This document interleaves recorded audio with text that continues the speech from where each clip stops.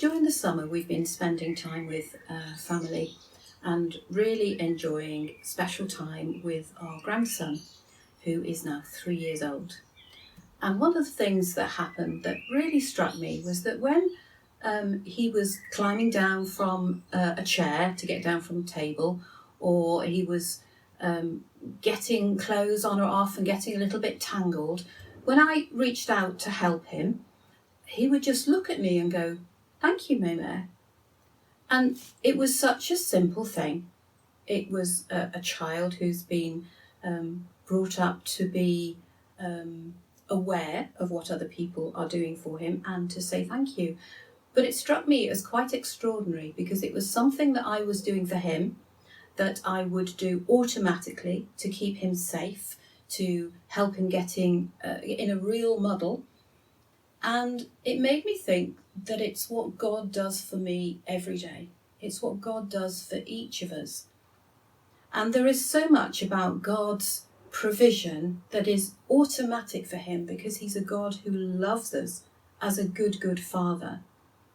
And yet, so often I let those things go unnoticed. And unlike my lovely grandson, I don't say, "Thank you, Father. Thank you for helping me. Thank you for protecting me. Thank you for being with me in this muddle and getting me unstuck." And it reminded me of Beth when she was about the same age as our grandson. She would go outside into the garden and she would pick daisies. She would go out with a little basket and she would pick daisies.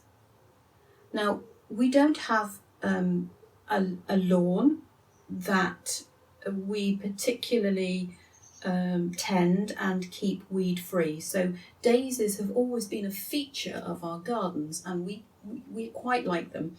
And probably particularly because of Beth, who had this habit of going out and picking daisies. She would quite happily spend a long time picking daisies and putting them in her basket. And on days when Andrew was about to cut the lawn, she would go out with determination and she would gather all the daisies she could before her daddy came and cut them all down.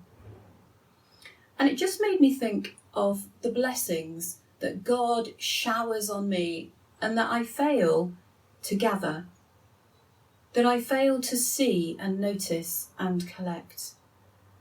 And it made me aware again of the awesomeness of God and how much he gives, and yet also my ingratitude in not seeing it and noting it and giving thanks for it. So from the words of babes, from the actions of small children, I continue to learn. And the reason why, I suppose, yes, it makes me a nicer person if I'm someone who is grateful, if I'm someone who is thankful, rather than someone who grumbles and complains and notices the lack. But I think it's a bit more than that. I think it's about seeing where God is. It's about seeing where God is moving, where he is acting, what he is doing. It's making myself more aware of God on the move. And I have to say that thinking about Adam and Eve at the very beginning, it was when they lost sight of the abundant provision that God had set before them, when they took their eyes off that for 1 second and became dissatisfied, that they then listened to the wrong voice. And I think it also serves for darker days. If I am in the habit of seeing where God is moving, of noticing his hand, of thanking him for his constant love and protection and provision, then on those days when it's harder, I'm going to be in the habit. If it's like a treasure hunt to go and find the clues of where God's on the move, then in dark days it's like the next level of a treasure hunt.